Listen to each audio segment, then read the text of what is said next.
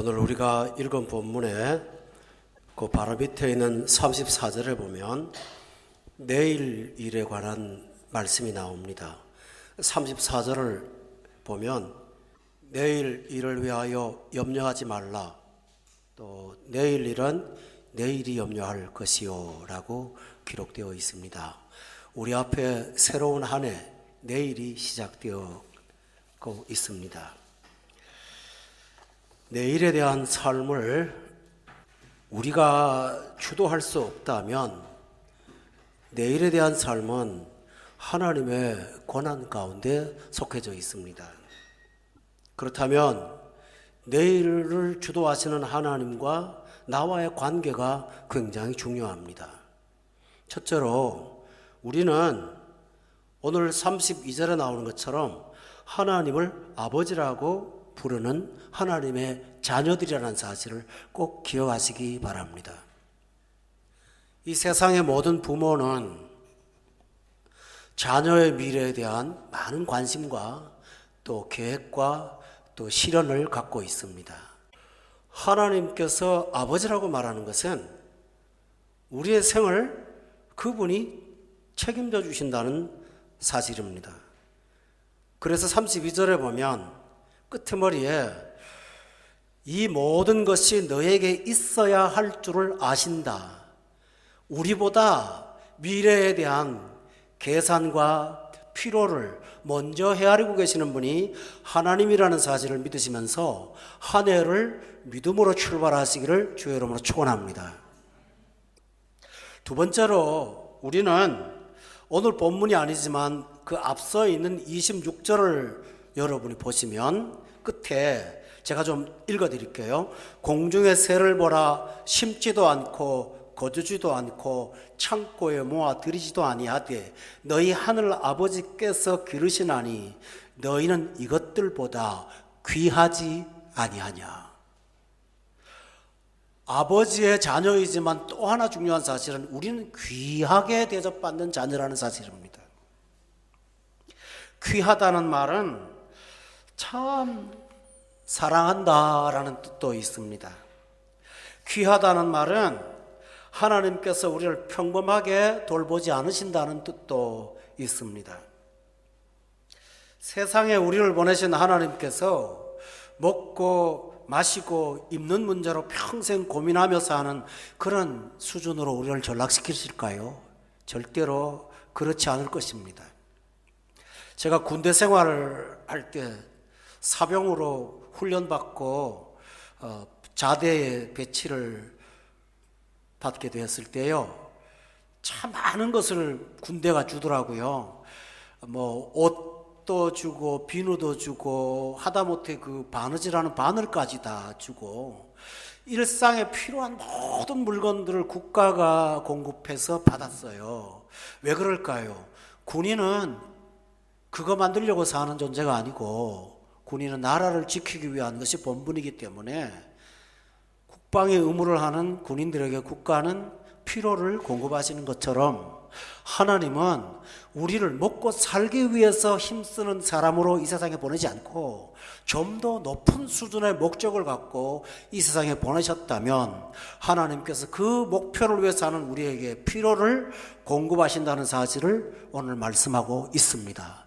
여러분 이 말씀 꼭 붙잡고 걸어가시기를 예수 이름으로 축원합니다. 어떤 분이 그러더군요. 평범한 사람이 1억짜리 운동화를 신으면 사치래요. 그런데 마이클 조단이 1억짜리 신발을 신는 것은 필요래요. 똑같이 우리가 먹고 마시고 입는 문제만 해결되는 것이 아니고 귀하고 큰 일에 우리가 목적이 있다면 하나님은 거기에 합당한 수준의 필요들을 공급하신다는 사실을 저는 믿습니다. 이것이 하나님의 은혜입니다. 그러므로 첫째는 하나님께서 나의 아버지가 된다는 사실을 붙잡으십시오. 두 번째는 나는 귀하다, 그리고 귀한 일에 쓰임받기 위해서 부름받은 존재라는 이 사실을 꼭 기억하신다면 어떠한 문제가 우리 생애 앞에 닥칠지라도 염려하지 않고 믿음으로 새해를 걷게 될 줄로 믿습니다. 그러면 우리가 귀하다고 할 때 우리에게만이 필요한 목표, 하나님이 나를 통해서 받으시고자 하는 목적이 무엇일까요?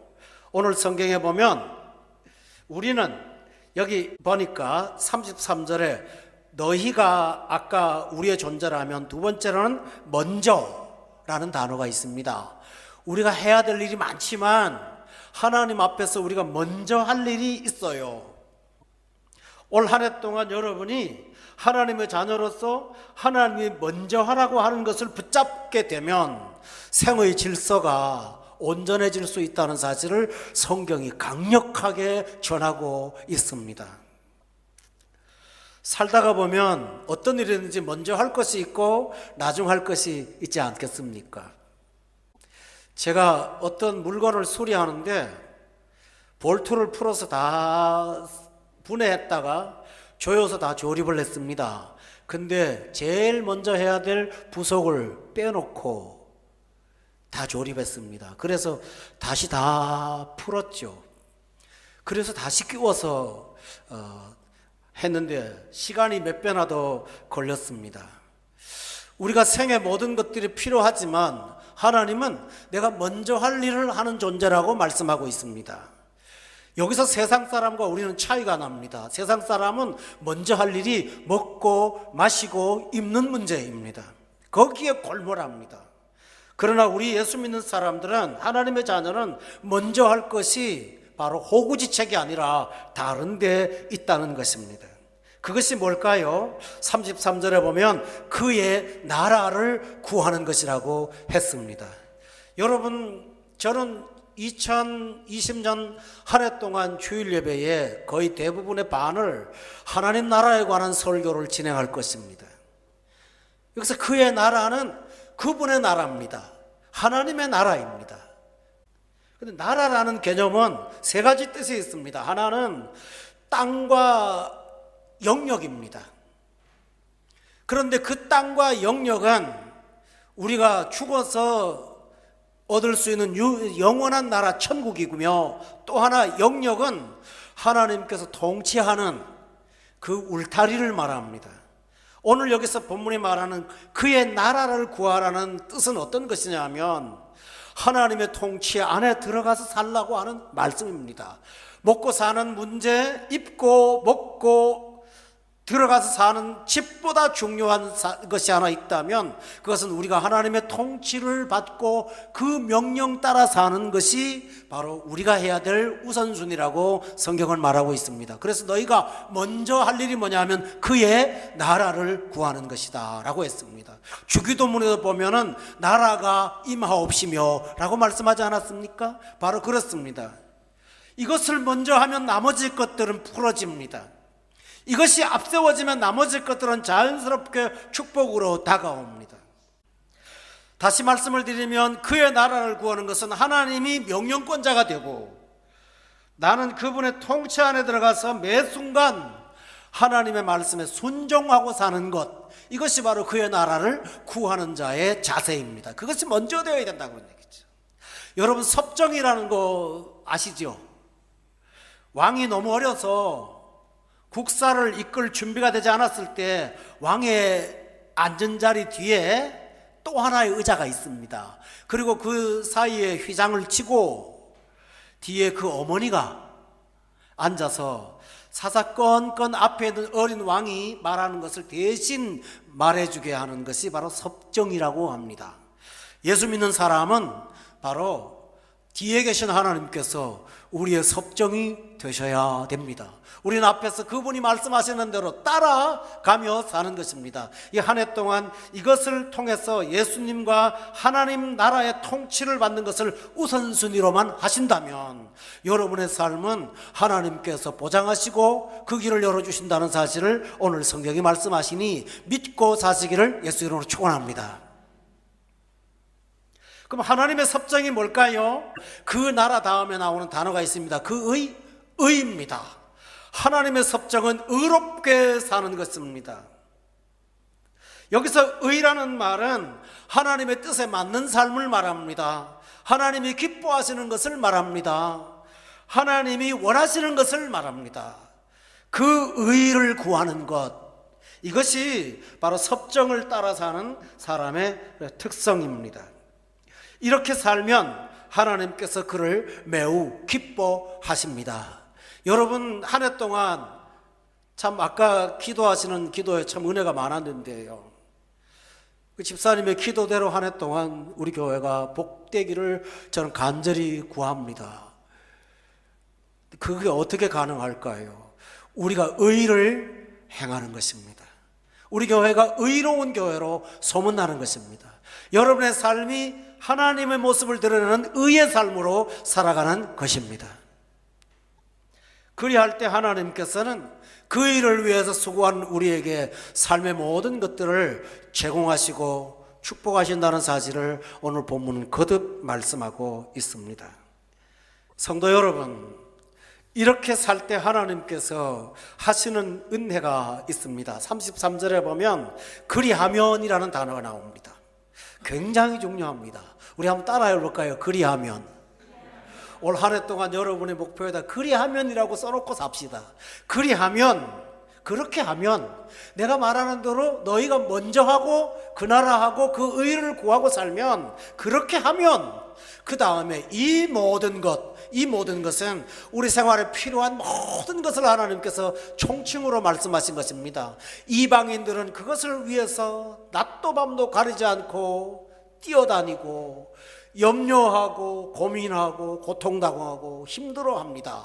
그러나 하나님의 사람들은 그 나라와 그 의를 구하면, 그리하면 이 모든 것을 너희에게, 참 귀한 말이 있지요. 따라할까요? 더 하시리라. 바로 그것입니다. 이 은총으로 그리하면으로 살아서 이 한 해가 하나님이 하시는 일로 여러분의 삶이 가득해지시기를 우리가 축복으로 받고 한 해를 시작하시기를 축원합니다. 성도 여러분, 우리 한 가정 한 가정마다 다 행복한 일들이 넘치기를 원합니다. 슬픔의 소식보다는 기쁨의 소식을 나누는 주일이 되기를 원합니다. 여러분의 삶에서 하나님이 일하신 것 때문에 늘 마음속에 넘쳐나는 간증거리가 있기를 저는 원합니다. 목사가 목회하면서 받는 행복한 일 중에 하나는 교회 와서 내 삶이 너무 아름다워졌다는 말을 들을 때 전 굉장히 마음이 기뻐요. 하나님의 일하시는 증거가, 그리하면 이 모든 것을 내가 만드는 것이 아니라 더 하시는 하나님의 은혜, 이 은혜 가운데 한 해가 자라서 한 해 동안 그 더하시는 은총으로 여러분의 삶은 희락으로 넘치시고 하나님의 일은 더욱더 부흥하고, 그리고 한 걸음 더 나가서 온 세상의 복음을 전파하는 그런 귀한 일들이 저와 여러분의 가정을 통해서 일어나시기를 주의 이름으로 축원합니다. 기도하겠습니다.